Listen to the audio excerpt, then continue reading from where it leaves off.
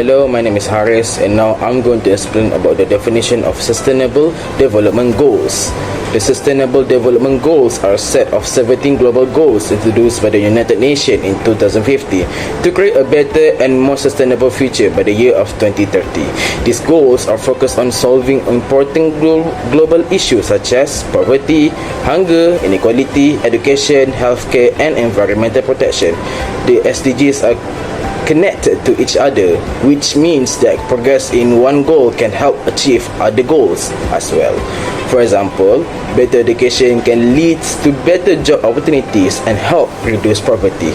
In simple words, United Nations create this because to improve the quality life of people around the world and ensure that no one is left behind. Now, I'm going to pass to the next presenter. Hi, my name is NADIA AFIFAH. So now I will briefly explain the 17 Sustainable Development Goals, also known as the SDGs. These goals were introduced by the United Nations to create a better and more sustainable future for everyone by the year 2030. Goal number 1 is no poverty. This goal aims to eliminate extreme poverty everywhere, ensuring people have access to basic needs like food, shelter, and income. Goal number 2 is zero hunger. It focuses on making sure everyone has enough safe and nutritious food and ending hunger and malnutrition. Goal number 3 is good health and well-being. This goal is about improving health services, reducing diseases, and ensuring people live healthy life. Goal number 4 is quality education. It promotes inclusive and quality education for all, regardless of background or location. Goal number 5 is gender equality. It aims to ensure equal rights and opportunities for both men and women in all areas of life. Goal number 6 is clean water and sanitation. This goal ensures that everyone has access to clean drinking water and proper sanitation facilities. So next, goal number 7 is affordable and clean energy. It encourages the use of renewable and sustainable energy sources like solar and wind power. Goal number 8 is decent work and economic growth. It focuses on creating safe jobs, fair working conditions, and sustainable economic development. So next, goal number 9 is industry, innovation, and infrastructure. This goal supports building strong infrastructure and encouraging innovation and technology. Goal number 10 is reduce inequalities. It aims to reduce inequality within and among countries, giving equal opportunities to everyone.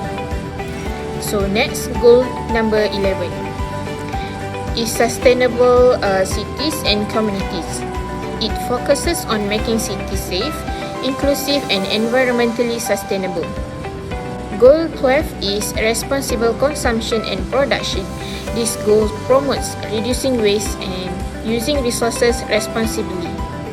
Goal 13 is climate action. It encourages urgent action to fight climate change and its impacts. Goal 14 is life below water. It focuses on protecting oceans and marine life from pollution and overuse. Goal 15 is life on land. This goal aims to protect forests, wildlife, and natural ecosystems on land. Goal 16 is peace, justice, and strong institution. It promotes peace, fairness, and strong, transparent institution in society. And lastly is goal 17 is partnership for the goals. It emphasizes global cooperation between countries and organizations to achieve all the SDGs. That's all from me. I will pass to the next presenter. Thank you, Nadia, for the present. So, my name is Nazurah Jalani. Today, I want to present about the background Malaysia of the SDG roadmap. Malaysia adopt the Sustainable Development Goals in 2015 and development the SDG roadmap as a guide to achieve the 70 goals by 2013. Through this roadmap, Malaysia integrates sustainable development into a national plan and encourage cooperation among various stakeholders to improve economic growth, social well-being, and environmental sustainability. So I want to present about the objective and importance of the National SDG Roadmap. So the first objective of the National SDG Roadmap is about the eradicating poverty and improving quality of life. The first objective of the Malaysian National SDG Roadmap is to eradicate poverty and improve the quality of life of all citizens. This objective focuses on ensuring that everyone has access to basic needs, including education, healthcare, and employee opportunity. By reducing income disparity and supporting disadvantaged community. Malaysia aims to create a more inclusive society where no one is left behind. So, for example, we can take in Malaysia government introduce initiatives such as the Sumbangan Tunai Ramah (STR) to provide financial assistance to the low-income household. In addition, program program Perumahan Rakyat (PPR) help provide affordable housing for families in need. So the second objective is to promote sustainable economic growth. Malaysia seek to expand in economic through innovation, digital transformation, and the development of the green industry. While creating decent job opportunity, sustainable growth meeting current economy need without compromising the ability of the generation to meet their. For instance, in Malaysia has introduced the National Energy Transition Roadmap (NETR) to encourage investment in a renewable energy sector. The government support for the digital economic through initiative under Malaysia Digital has also created employment opportunity, especially among young people. So. The third objective focus on protecting the environment and preserving natural resources. Malaysia recognize the environmental sustainability is essential for a long-term development.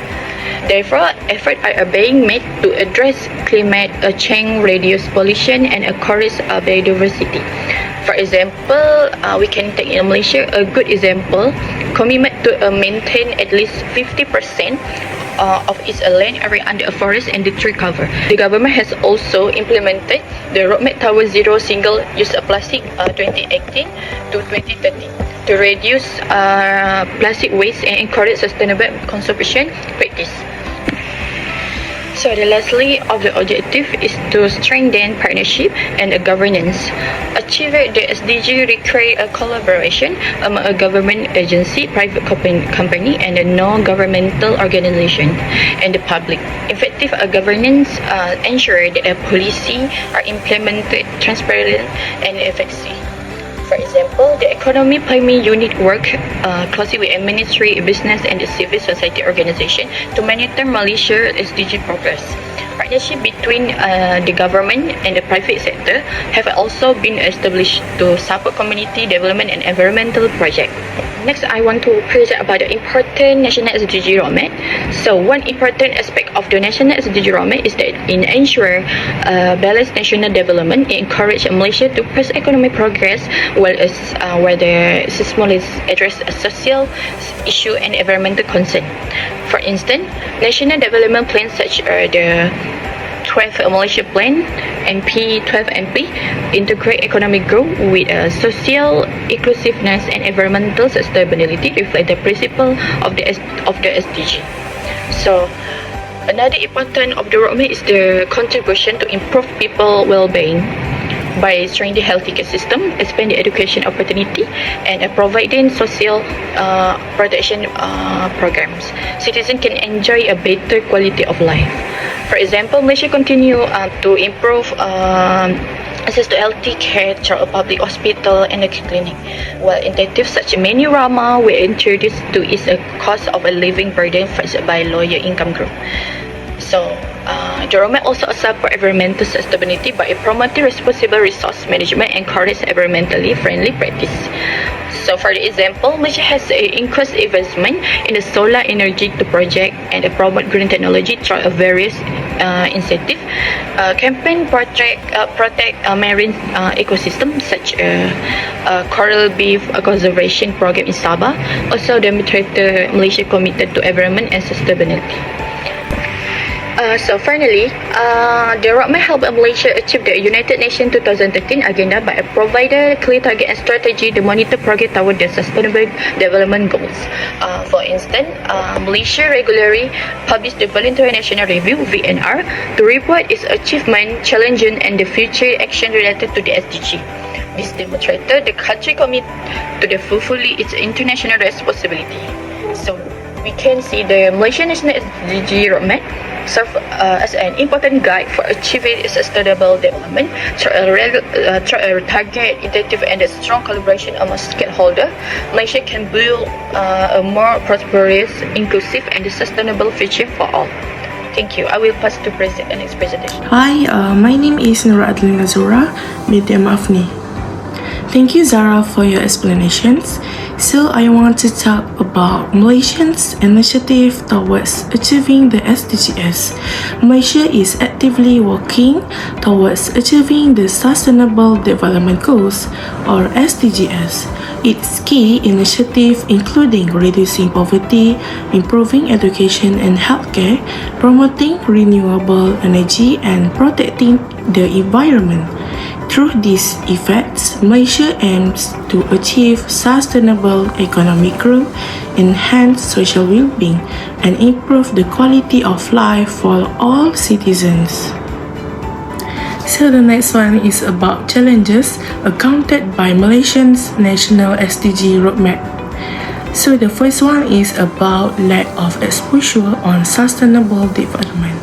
Lack of exposure to sustainable development is a major challenge in Malaysia's SDG roadmap. Limited public awareness and understanding of sustainability reduce participations in environmental and social initiatives, slowing progress towards achieving the Sustainable Development Goals (SDGs). Our next challenges encountered by Malaysia's national SDG roadmap is reckless consumption habit. The first habit is uncontrolled purchasing of goods. This has become more common due to online shopping platform and social media influence. Many consumers buy items impulsively because of FOMO, fear of missing out major sales events such as Shopee 9.9 and Lazada 11.11. Encourage people to purchase things they do not really need. And lastly, service of buy now pay later (BNPL). This service makes spending easier, which can lead to debt and financial problems. This habit also increases overconsumption and packaging waste, making sustainable consumption more difficult. The second habit is improper waste disposal. In Malaysia, most waste is sent to landfills because large amount of household, commercial, and industrial waste are generated every day. Excessive reliance on landfills causes environmental problems such as soil and water pollution, methane gas emission, and unpleasant odors. As waste continues to accumulate, landfill sites become overloaded and less sustainable. Not very fun fact, in urban and industrial areas, their issues are compounded by illegal dumping by construction company, the improper disposal of electronic waste, e-waste, alongside household rubbish and widespread litter of single-use plastic. This action routinely block monsoon drains and stormwater system in major cities such as Kuala Lumpur and Shah Alam, acting as a primary cause of flash flooding. Now, I'm going to pass the present to the next presenter. My name is UMAIRAH, and for this presentation, I will be covering section 3.3 and section 4.3 of our group report, which focus on the impact of the environmental and climate change on Malaysian economy and the strategies being undertaken to address these challenges. As we can see on this slide, the issue I will discuss are closely tied to three Sustainable Development Goals: SDG 13 on the climate action, SDG 2 on the zero hunger, and SDG 14 of life below water. This SDG provide the policy framework within which Malaysia's response is being evaluated. So, in section 3.3, we look at the three main economic threats caused by climate change in Malaysia. First, flood. Flood damage in Malaysia is getting worse every year. In 2024, total losses reached 933 million, and that just in 1 year. Homes were the most affected, with 372 million in damage.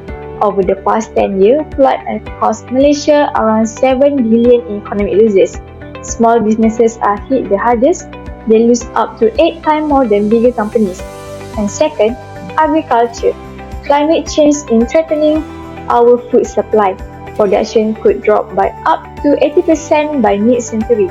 We already saw this in 2022 when food import hit 75.6 billion and food inflation reached 5.8%.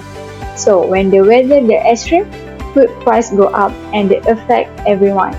Third, tourism and fisheries. Tourism make up 60% of Malaysia's GDP. But rising sea temperatures, coral bleaching and water pollution are slowly degrading our natural attraction. Our fisheries sector, which rank in the global top 16, is also at risk.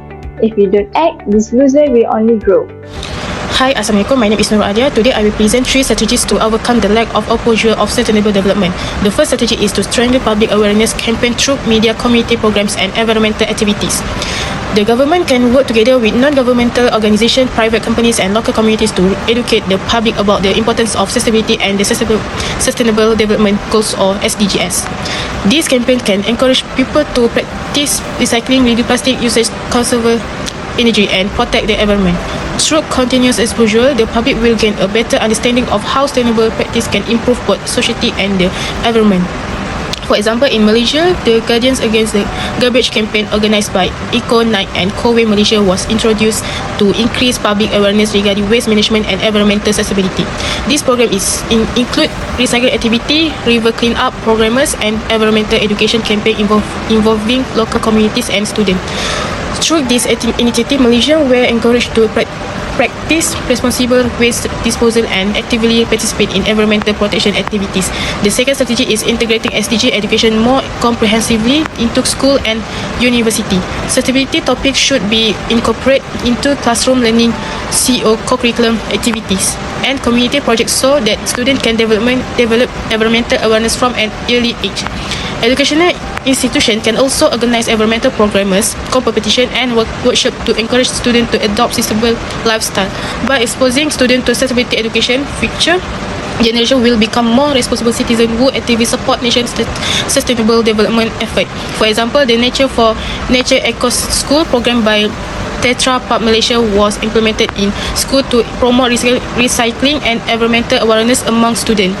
The program provides recycling talks, environmental workshop and sustainable learning activities. Students were encouraged to collect recyclable material and practice environmentally friendly habits in their daily life. The third strategy is increasing training and support for business, especially small and medium enterprise or SMEs. Many businesses still lack knowledge regarding environmental, social and governance or ESG practice and sustainable business operation. Therefore, the government can provide training programs, workshop, financial incentive and sustainability certification to help companies adopt environmental friendly practice. Business that implement sustainable operation can reduce environmental impact while improving their long-term performance and corporate reputation. For example, the Malaysia Investment Development Authority or MIDA has introduced sustainability and ESG-related programs to encourage companies to adopt greener business practice. Through the National Energy Transition Roadmap and various green technology initiatives, business are encouraged to reduce carbon emission, improve energy efficiency, and invest in renewable energy technology.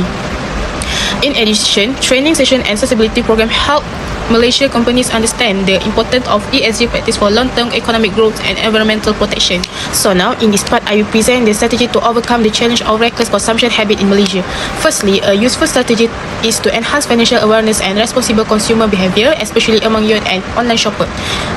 Nowadays, many people are influenced by advertisement, social media influence, attractive promotion and buy now, pay later scheme. As a result, they tend to spend beyond their means. To address this issue, the government, educational institution and financial service providers should conduct more financial literacy programs and awareness campaign. For example, school and college can teach students how to manage their finance wisely and differentiate between needs and wants. Social media campaign can also educate consumers about the dangers and impulse buying and the fear of missing out or FOMO. In addition, stricter regulation should be imposed on BNPL scheme and online marketplace to ensure consumers understand the risks and hidden costs involved. Online shopping platforms such as Shopee and Lazada can also promote responsible spending by reducing excessive promote notification and encouraging sustainable product. Secondly, Malaysia should strengthen waste management and recycling initiative nationwide. The government can impose stricter penalties on individuals and companies involved in illegal dumping and open burning. This can help reduce environmental pollution and encourage responsible waste disposal. Furthermore, authorities should provide separate bins for different types of waste such as plastic, paper, food waste and electronic waste. Recycling campaigns should also be organised regularly to encourage the public to practice the 3R concept, which stands for reduce, reuse and recycle. Supermarket can help reduce plastic pollution by encouraging the use of reusable bag and charging extra fees for plastic bag. At the same time, investing in waste-to-energy technology can reduce landfill usage and contribute to environmental sustainability. Through cooperation between the government, private sector and society, Malaysia can significantly reduce pollution and achieve its sustainable development goals. Thirdly, Malaysia must promote sustainable living among its citizens. People need to understand that their daily consumption habit and disposal practice have long-term effect on the environment and future generation. One way to achieve this is by encouraging minimalism and the use of eco-friendly products. Communities can organize zero waste campaign, recycling competition and environmental clean-up programs to increase environmental awareness. Celebrity and influence can also help by promoting sustainable lifestyle rather than excessive consumerism. In addition, companies should adopt sustainable packaging and reduce the production of single-use plastic. The government can further support this effort by providing incentive to business that implement green technology and sustainable manufacturing practice. Now for section 4.3, what Malaysia is doing about it. There are three main strategies. Strategy 1 is about flood. Malaysia has built satellite-based early warning system to detect flood earlier. In Kuala Lumpur, 27 retention ponds and the smart tunnel have been built to manage flood water. Communities are also involved through the community-based flood mitigation program. 2 is about agriculture. The government allocated 6.42 billion in 2025 budget for the agriculture sector. This supports the National Agro-Food Policy, which promotes smart farming, better irrigation and more stable food import, so we are not too dependent on our sources. Strategy 3 is about our ocean and tourism. Malaysia has expanded marine protected area in Sarawak, Johor and Melaka with a target to protect 10% of our land and sea. The National Ecotourism Plan also ensures that tourism growth does not come at the cost of our environment. To summarize, the key takeaways from my session are as follows. Flood losses are escalating and agriculture prosperity is under increasing strain, and the Malaysia tourism and fisheries sector are facing compounding environmental pressure. However, Malaysia is actively responding through coordinated policy instruments and infrastructure investment and conservation effort.